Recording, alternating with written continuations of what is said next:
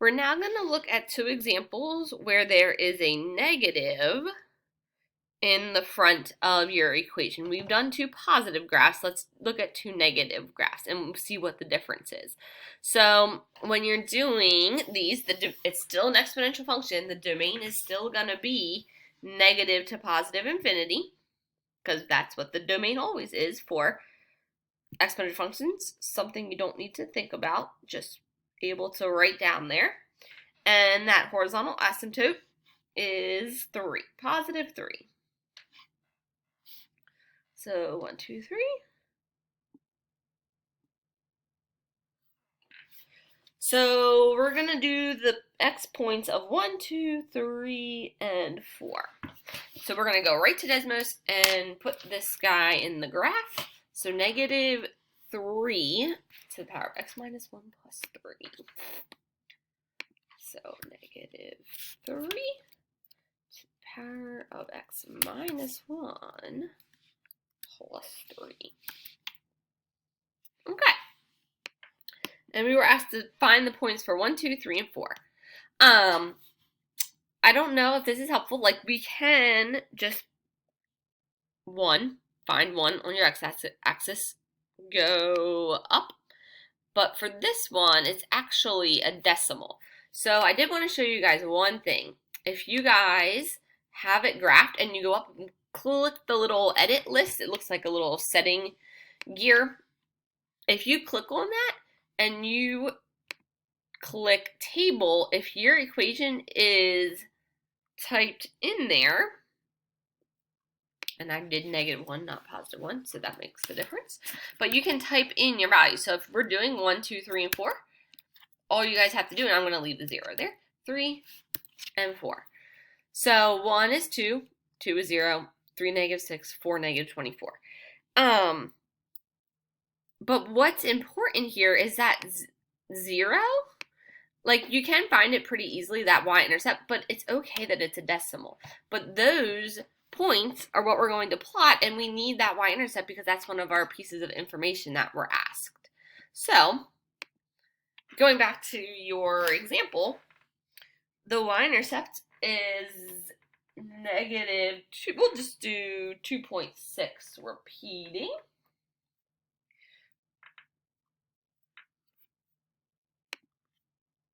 Or positive 2.6 repeating. Sorry, guys.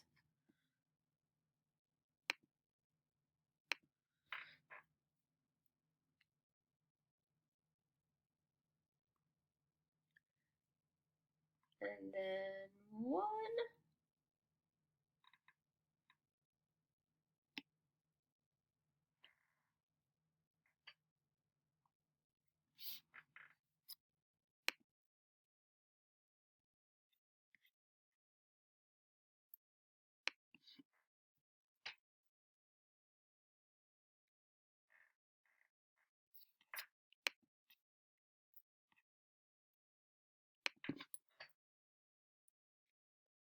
And then you guys can plot them.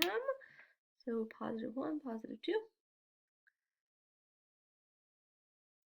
2, 0, 3, 1, 2, 3, -6. And we can't plot the 24, so that's fine. We can just leave him. You can plot that 2.6, that y-intercept.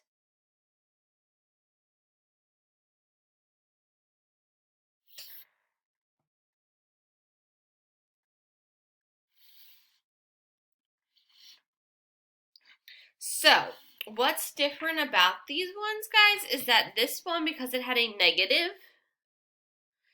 in the front, it changes where your graph is. Now your graph is below that horizontal asymptote instead of above it. So what that means is that negative affects your range. So instead of the lowest point being the asymptote, the highest point is now the asymptote.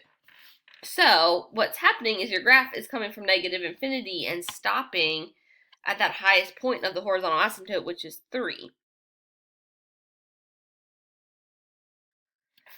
So when you have a negative in the front of your graph, your function will be below that horizontal asymptote, and it's going to change your range. So negative here means you start with a negative infinity, if that makes sense. Let's go ahead and try number 6. So negative 2 to the x power plus 6. So domain's still going to be continuous from left to right. Horizontal asymptote is 6. We're going to write that guy as an ordered pair. Nope, we're not going to write that as an ordered pair. So at 6, we can draw that in.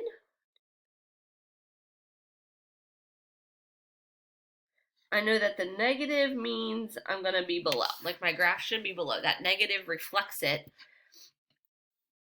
over the x-axis. So I don't know if you guys remember, like your absolute value graphs too went down instead of up when there was a negative in the front.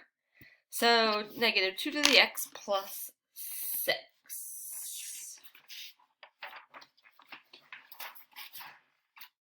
So we've got negative 1, 0. Let's do 1 and 2.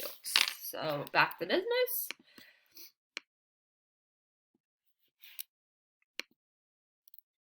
We're going to put in our new equation, negative 2 just to the x power plus 6. And now you can put those points in again. So negative 1,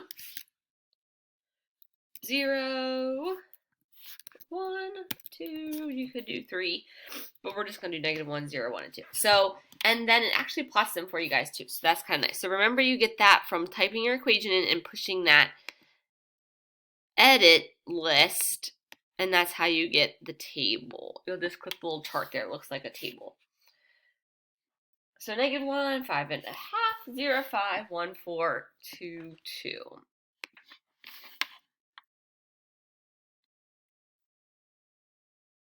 5.5, 5, 4, 2.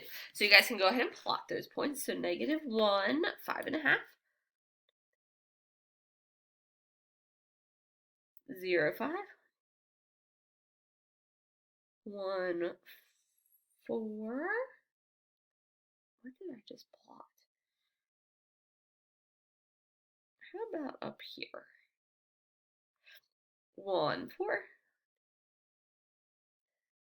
and 2, 2. Again, not going above that horizontal asymptote, passing it. We don't want to pass the horizontal asymptote. So the y-intercept is that 0.05 on your y-axis. That's your y-intercept. And the range, because it's below, is coming from the bottom and stopping at the horizontal asymptote. So negative infinity to 6.